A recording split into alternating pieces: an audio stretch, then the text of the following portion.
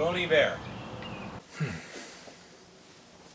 Hi everyone, Anthony Fantano here, the internet's busiest music nerd, and it's time for an album review. Bon Iver, or Justin Vernon, is a Wisconsin singer-songwriter who, after many collaborations, an EP, some feature spots, and side projects, has just dropped his highly anticipated sophomore LP. And whether you like the guy or not, the amount of musical connections he's made, the amount of attention he's received, is extremely surprising considering how little music he's actually released. Because the only other full length we really have to refer back to is Bon Iver's debut, For Emma Forever Ago. An LP you could label as a singer-songwriter album, an indie folk album, or something like that, but the level of desolation and pain on this LP is unmatched by most guys who try to pick up an acoustic guitar and sing a sad song.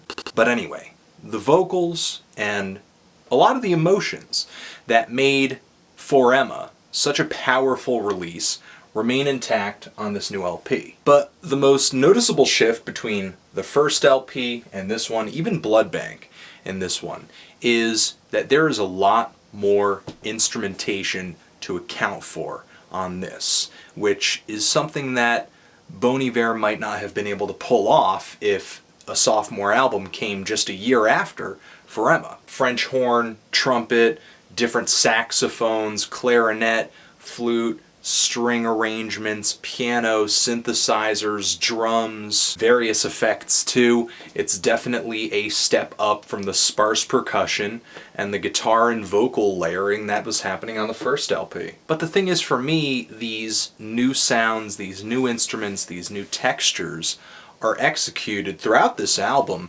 with just kind of mixed results. Take two of my favorite tracks on here, Holocene and Towers, two guitar-driven tracks, and not just strong and very memorable songs, very emotive songs, but the arrangements on these tracks surround them in a way where it complements the song, it empowers the song. You don't lose sight of the direction of the song, because that is top priority on Holocene. A shaker and some hand claps just push the song along as these tones just swell underneath the song. And later these marching snares and horns just start boiling underneath the track and get louder and louder, and by the end of it, it is this emotional, unstoppable powerhouse that to me is what Bon Iver is all about. The picture has just gotten bigger because of these extra instruments. And I think the instrumentation arranged around the track Washington is done really well too. The piano, the very somber piano on that one, sounds like an old stone house.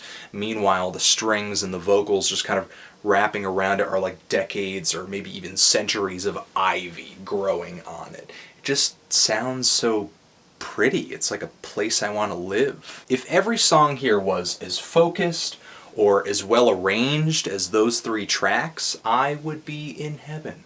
But for me, that's not really the case. There are a lot of tracks here that feel like they've been produced or arranged messily. Songs where it just kind of feels like instruments come in and start making noise just to make noise. Or even spots where I question whether or not the guitar, the percussion, or even the vocals have been EQ'd. Like the second track, Minnesota, Wisconsin.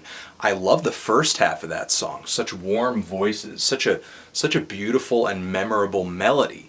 But as soon as the falsetto vocals and the banjo finger-picking come in, the instrumentation kind of loses track of itself. The finger-picking just continues on as the music changes. These muddy drums just start pounding.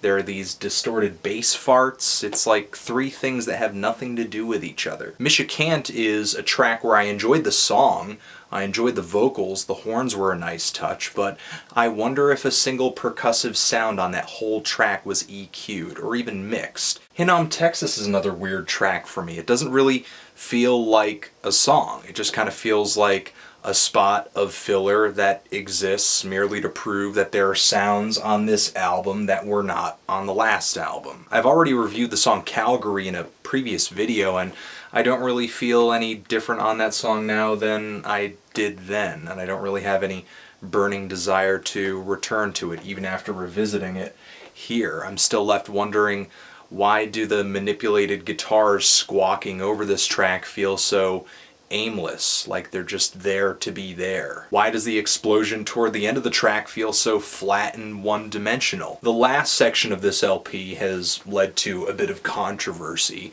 mostly because of the instruments inside of it. There's a pedal steel, two different kinds of synthesizers, I think, some saxophone dueling, auto-tune vocals, some Casio drum hits. It's basically kind of like a corny instrument parade. And I'm not going to get down on this album for trying to evoke a different musical time period. If I came in here and said, "Ooh, this sounds 80s," I mean, I would be a complete hypocrite, because I did love that Destroyer album earlier this year. It's cool that Justin Vernon can just go BAM and do something that people don't expect of him, but my issue with that track is that it feels just as claustrophobic as a lot of the other songs here that try to pour a lot of instrumentation into the mix. Not only that, but the guitars and saxophones just kind of pop into the song whenever they feel like they're not getting enough attention. When it comes to bringing a broad spectrum of instruments into a lo-fi recording style, which I think has been done here, I've heard things that come off more creative to me. Over this, I would rather listen to any number of Mount Eerie or Microphones albums. I'm not saying you have to like one or the other, but here, the sounds are so tinny. They're so muddy. The instruments, a lot of the time, distract from the song more than they add to the song, or sometimes there's just not a song at all. The track kind of exists to just show off the new digs. So yeah, I was kind of underwhelmed by this record, admittedly. I'm feeling a light to decent 6 on this. Shocker. But what do you think of this album? Are you loving it? Are you hating it? Why? And what do you think I should review next?